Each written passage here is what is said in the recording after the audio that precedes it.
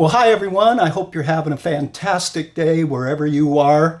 And today I want to get right into taking a look at something that I think not a lot of us think about on a regular basis when we start processing our raw files. And that is, what profile do we want to assign to that raw file? You know, in Lightroom, they came out with an adaptive color profile, which I think is pretty fantastic. It's using AI where it's trying to kind of open up the shadows, tone down the highlights, give you a little more balanced scene. But it always, it doesn't always work great for every file. And I have been a big fan, and we're going to talk about this in just a moment, of the Tony Kuiper linear profile. Now, what's a linear profile, you might ask? Well, a straight linear profile is where there's no adjustments to that raw file in any of the three different color channels. Typically, let's go back to Adobe. If a standard Adobe profile might come up, I believe it's Adobe Color that comes up. And usually there's a tweak to the red channel to give that file a little bit, bring up the tonality a little bit, bring out the colors a little, give that image a kind of a pleasing start. But is that always the best way to start? And then a lot of us as landscape photographers, myself included, I will usually go over to Adobe Landscape, and that makes, gives a little more punch to the photos and the tonality, right? And then I go over and I take a look at Adobe Vivid. And there are times I could make a case for starting with those. But the majority of the time, I got into a pattern for at least a year where I went and just started using the straight linear profiles that I got off of Tony Kuiper's site. And I'm going to show them to you. But then Lightroom came out with adaptive profiles. So that's what I want to take a look at. We're going to take a look at about 8 different files here, compare them from adaptive profile to the linear profile with when I get into a linear profile, I do kind of an auto correction and then manually fine tune, and I'll show you how we do this. So let's get over and take a look, first of all, how we get the linear profile, and Tony provides these for free. If I'll put this URL up on the screen here, and it will bring you to Tony's page of a linear profile repository. And up here, he discusses what the linear profile is all about. Here's that red curve tweak that would normally see in if we were using a typical Lightroom profile. And so if you're going to use a linear profile, it's going to be flatter looking to you at the start. But that's why he recommends use the auto button, or you can go fully manual, or this is what I do. I combine auto with manual. I'll start with auto. It gives me a great starting point, and then I usually will jump in and go fully manual. So the linear profiles, to find them, you would come down here, just scroll, and like I'm all the way down here. You can see he even does some for iPhone. And I'm all the way down here for Sony, which is probably going to be all the way at the bottom of the page. Yeah, I would have to pick the camera that's going to be at the bottom of the page. There we are. And there all my Sony cameras come up. And this is the one that I'm going to use in this because I have the A7R Mark V. So that's the linear profile that I have put in. Okay. Let's jump on over to Lightroom and make this a little more practical now. I want to start with just the raw files. I have reset these. I have done nothing to them. And we're going to come up to basic. And you can see right here is where I'm talking about that the starting point for any, well, let's open these 4 little squares here. Click on these, and this will make more sense. The starting point for any Lightroom profile is always by default going to go to Adobe Color. Well, we're landscape shooters, the most of us. So what if we go to landscape? Well, that kind of punches up the color a little bit, not much in this file. You'll see a different response for different files. Here's vivid, not a lot of change in there, a little bit. Now here's adaptive color. And let me go back to Adobe Color, the starting point. And this is what the AI is reading, where again, it's trying to decipher what is the darkest part, what is the lightest part, and give you an overall balance and a better starting point. So I'm going to close out of here, and then I am going to right click, and we're going to create a virtual copy of this and reset it. And now I'm going to come into my Sony linear profile that I picked up from Tony's page. These are real easy to install. Tony will walk you right through. He's got a set of instructions. Again, they're free to download, so why wouldn't you want to? Close that out, and I'm going to just hit the auto button and see what it gives me. And not a bad starting point, really. Let's work backwards now. Here's adaptive color. Here's Tony's linear profile with auto adjustment. Now, here's the one thing after a couple of years really of using Tony's linear profiles, where I see the most gain back is you do get some more detail out of the shadow area, but I can really, through a lot of testing over the last year, 2 years, I see that you can gain back at least a stop of light in the highlight areas. And who wouldn't want a stop of light more? I think all of us as landscape photographers, you know, I always in the field will expose for my highlights unless it's a specular, and you know what a specular is. We've been over this: sun, glints on a lake, something reflecting off metal. That would just be a washed out highlight, right? And we can't control that anyway. Shooting straight at the sun, that's a specular. But most highlights we can control, and the Sony a7R5 has a great range to begin with. And if I use that in conjunction with Tony's linear profile and gain another stop of light in the highlight end and a little more in the shadow end, I just expose in the field for the highlights, and you're going to see these in my raw files, and then open up the shadows as I get to the computer. Okay, so that's example number one. Here's example number two. This is a place called the Oceana Dunes. This is south of where I live in Morro Bay, maybe about a 25-minute drive south down the coastline.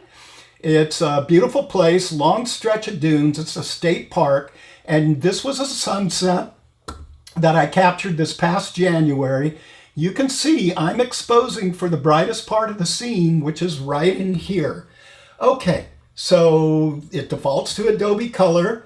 So let's open up these. I'm always just going to click on these so I can hover over and show you. There's Adobe Color.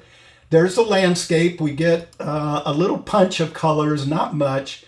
Vivid, a little bit more. So let's come down to Tony's linear profile, and you always have to hit close and then just click auto. Okay, not too bad, not too bad. I'm going to hover in here, I'm going to right click, and we are going to create a virtual copy. And now I can reset. Okay, let's go back, and this time I'm going to go to adaptive color. And that's all I'm going to do. I'm going to close. I'm not going to make any changes off of that. So here's the starting point for Tony's, and I didn't really do anything. His linear profile. Here's adaptive profile. We get a little bit better balance in the shadows, but a little darker in the highlights. So let's do this. This is the linear profile. So let's open up those shadows. And let's tame down those highlights. And now let's make a comparison, and not too bad. So the point I'm trying to make here is which gives me the better starting point. Well, as you can see, I'm kind of remiss if I don't go through and take a look at it both ways.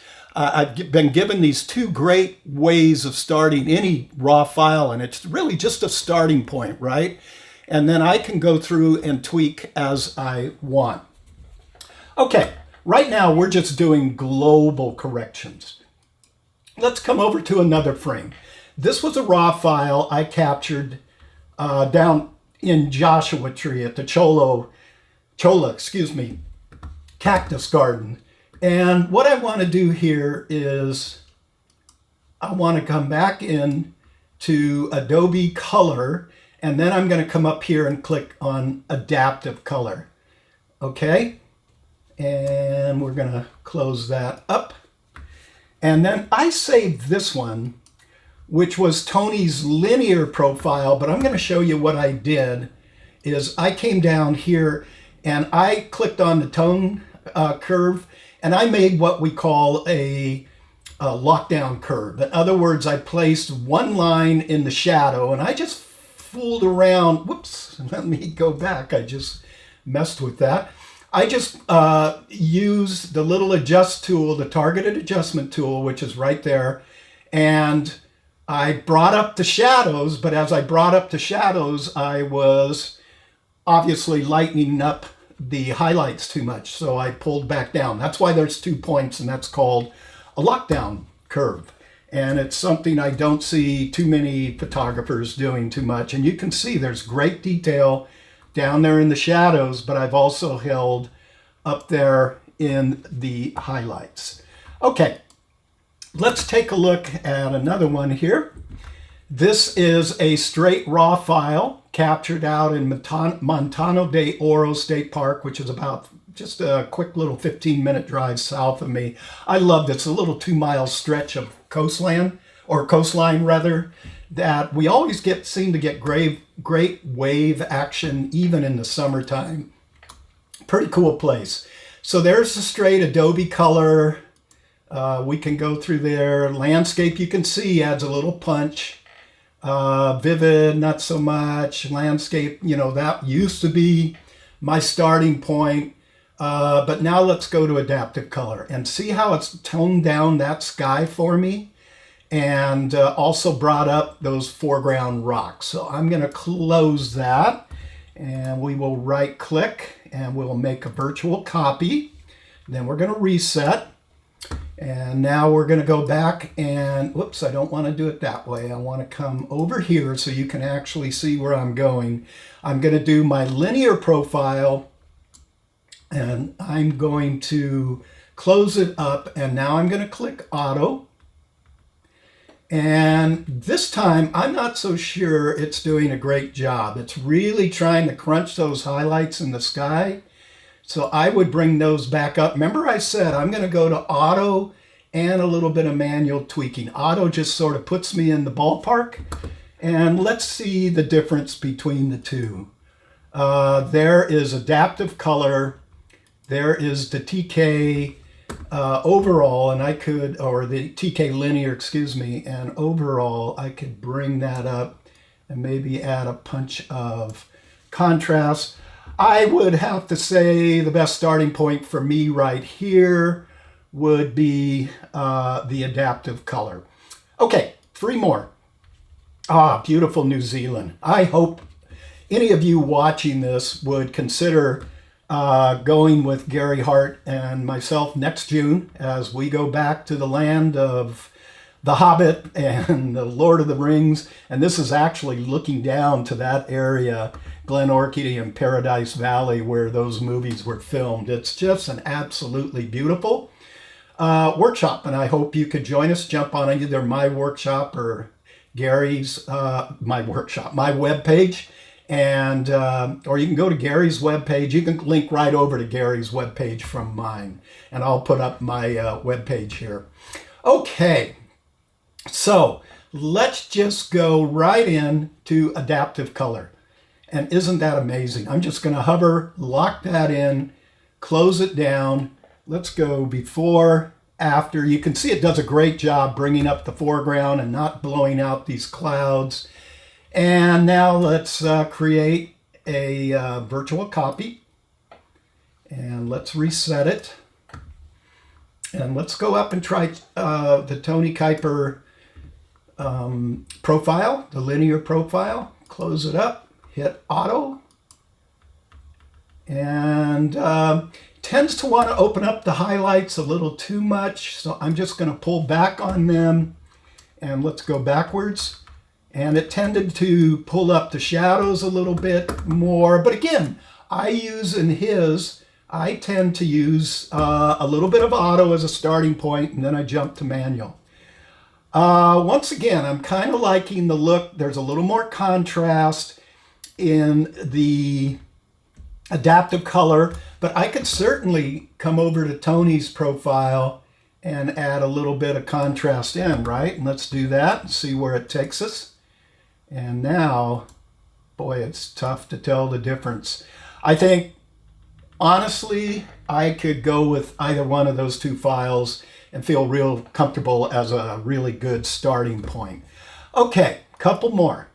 This one's a really dark scene. Now, this one was shot also this past June on our winter in New Zealand, which sounds strange, right? Winter in New Zealand in June. Well, they're, in the southern hemisphere, so everything's reversed. This is kind of like their December time of the year when we go down there, late December.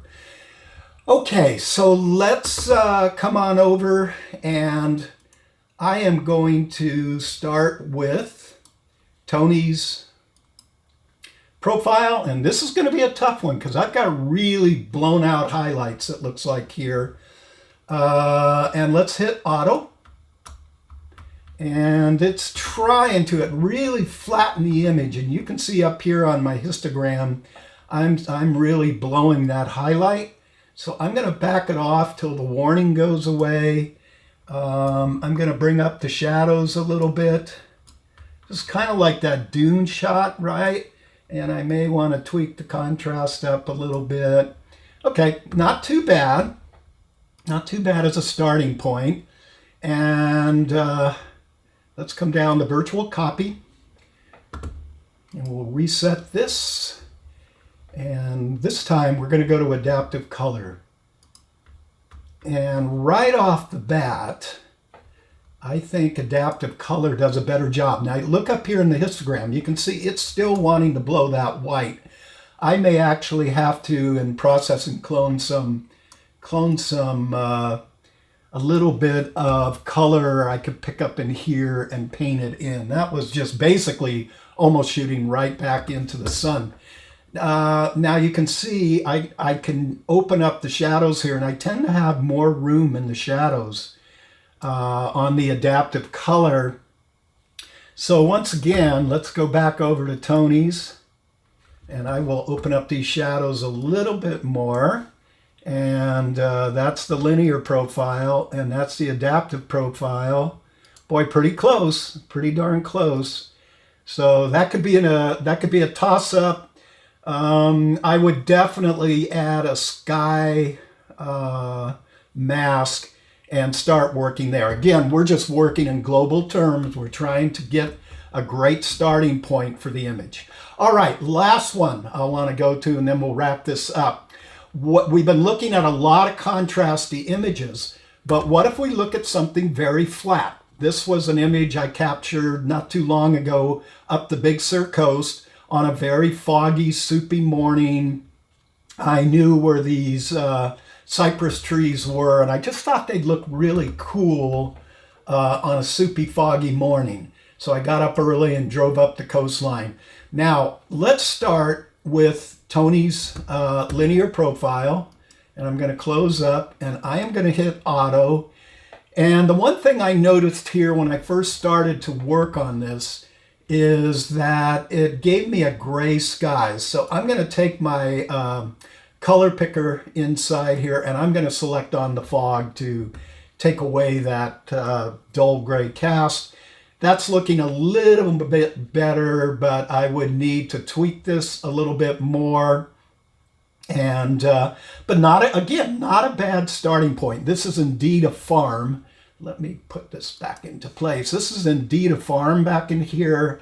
You can see somebody's house back there, and this is a shed or like a garage or something over there. But I really kind of love this scene. It just, gives me a peaceful feeling to look at this. So let's create the virtual copy. Let's reset it. Now let's go back and take a look at what adaptive color can do. I don't want, again, I keep going to the drop down, my apologies. And right off the get-go, you can see that the adaptive color profile really tended to lighten up that fog more the way my eye saw it and not this dull gray. And you can see, watch the histogram up there. Here's Tony's linear profile, which again, if I wanted to bump that to the right on the exposure, now I can get it kind of looking the same. And let's see, I'm looking up here on my color temperature, 5100 Kelvin. And up here it's 56. So what if I back that down to, 50, oh gosh, slow down, Don. Let's, come on up to about 51. Somewhere in there. 52, 51. That's linear profile, right? And here's adaptive profile. I just think adaptive did a better job overall at handling this. So anyway, this is about ready to wrap up the video. I just want you guys to kind of be thinking through this stuff. We don't always have to settle with Adobe Camera Neutral or Adobe Color, where it tends to want to start us. Go over to Tony's site. Once again, I can't emphasize this enough. It's free. Find your camera. If you don't have it, you can send him a raw file off your new, latest, greatest camera, and he'll make a linear profile for you. And download it, and then go back and forth on your two raw profiles and see if adaptive is working the best as a good starting point, or if Tony's linear profile with an auto selection and a little bit of a manual bump is a better starting profile. And then from there, we get going into working into local areas of the picture, and that's where the masking comes in. Okay, so I hope this has kind of gotten your mind opened up a little bit to the power of profiles and what they'll do for you. Once again, if you could please click the subscribe button and the like button if you're liking this content, it'll incentivize me to offer more of it. I'm trying to go every week with you guys. And until next time, get out there, keep creative. As I keep telling you, it's great for your soul. You're going to feel great to be out in nature and creating. We'll see you next week.